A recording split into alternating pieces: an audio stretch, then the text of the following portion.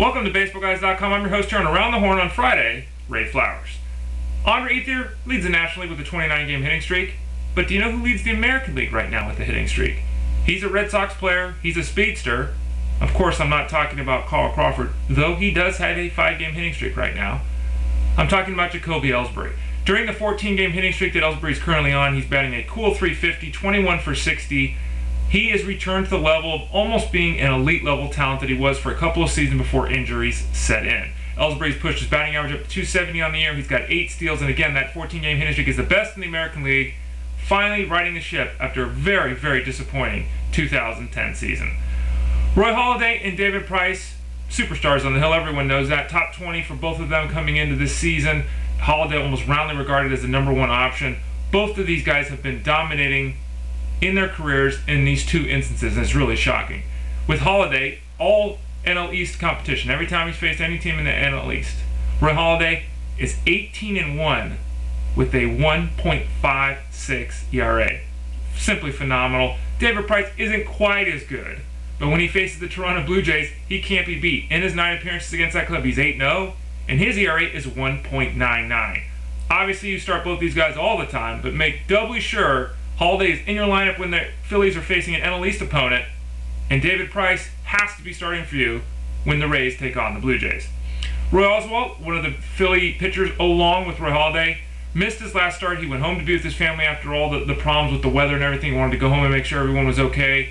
Well, now he's got a bit of a back issue. He's actually had this issue for a while now. Looks like he's probably going to skip his start on Saturday. He may be forced to the disabled list. If this does occur, I assume it will be retroactive since he hasn't pitched for a while. Keep an eye on this situation. Doesn't seem like it's a major one to be concerned about, but then again, looks like you might be without Roy Halladay for a while longer yet if this back issue does indeed force him to the disabled list. Someone who has been forced to the disabled list is Jonathan Broxton. Now, the good news with Broxton is he's had MRIs done and everything like that. His elbow appears sound. He does have a bone spur in there. It's not believed to be an operable issue at the moment, so they're going to shut him down, put him on the disabled list, hope that they can get that situation righted without having to go under the knife. What did the Dodgers do in the 9th inning? Well, they called up Kenley Jansen from the minors, and Jansen was one of my favorite guys coming into the season because of his huge arm. Unfortunately, he's been a disaster this season. Let's just call it what it is. Strikeout rate so far is 15 per 9 innings, simply phenomenal. But in his 14 1/3 innings at the big league level and the minor league level, his ERA is almost 9. His whip is almost 1.7. He's walking over 5.6 batters per 9 innings. You just can't look at his pitches right now. He's basically giving up a home run, walking someone, or striking them out. Great arm, bright future for the young pitcher. At the same time, I don't think he's in the mix for saves right now. He may be later in the season, so he's a good person to stash in a deep league, but it still looks like Hong-Chih and Vicente Padilla are the 2 arms to own right now if you're looking for saves out of the Dodgers bullpen. Joe Mauer, well, you know, he's making slow and steady progress.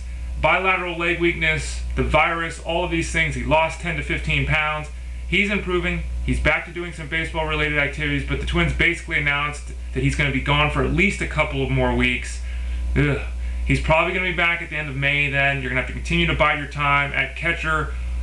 And, you know, that's obviously a tough place to be because obviously Mauer was your top dog in that position. Drew Butera, who has come in and filled in for the Twins in the absence of Mauer, he's hitting 111 and 54 at bats. Twins need it probably more than you do to get that help behind the dish. Again, Mauer out for a couple of weeks, but he is slowly progressing in his return to the field. Josh Hamilton, his return to the field is coming quickly, according to reports. He broke his arm. Obviously, he's on the disabled list. Reports of him being out 6 weeks, something like that, maybe up to 8. Well, he's doing pretty darn well. There are reports now circulating he might actually return in the month of May, beating back the initial prognosis. Too early to tell if this is going to happen. There's still plenty of time for him to suffer a setback or for the team to realize, hey, let's take it a little bit slower. But it really does look like Hamilton's going to do his best to beat the original estimate of 6 weeks out in his return from that broken arm. And then finally, Eric Hosmer, the Royals' superstar, well, potential superstar, was called up. There's an article linked to the video here that you can read all of my thoughts about Hosmer. I'm surprised the Royals called him up at this point of the season because of the fact that they now started his arbitration clock earlier. But there's no doubting the fact that Hosmer was simply on fire at AAA, hitting well over 400, had an OPS of 1100. He's going to be the main guy in that Royals lineup at first base moving forward, it appears. He's going to bat 6th today.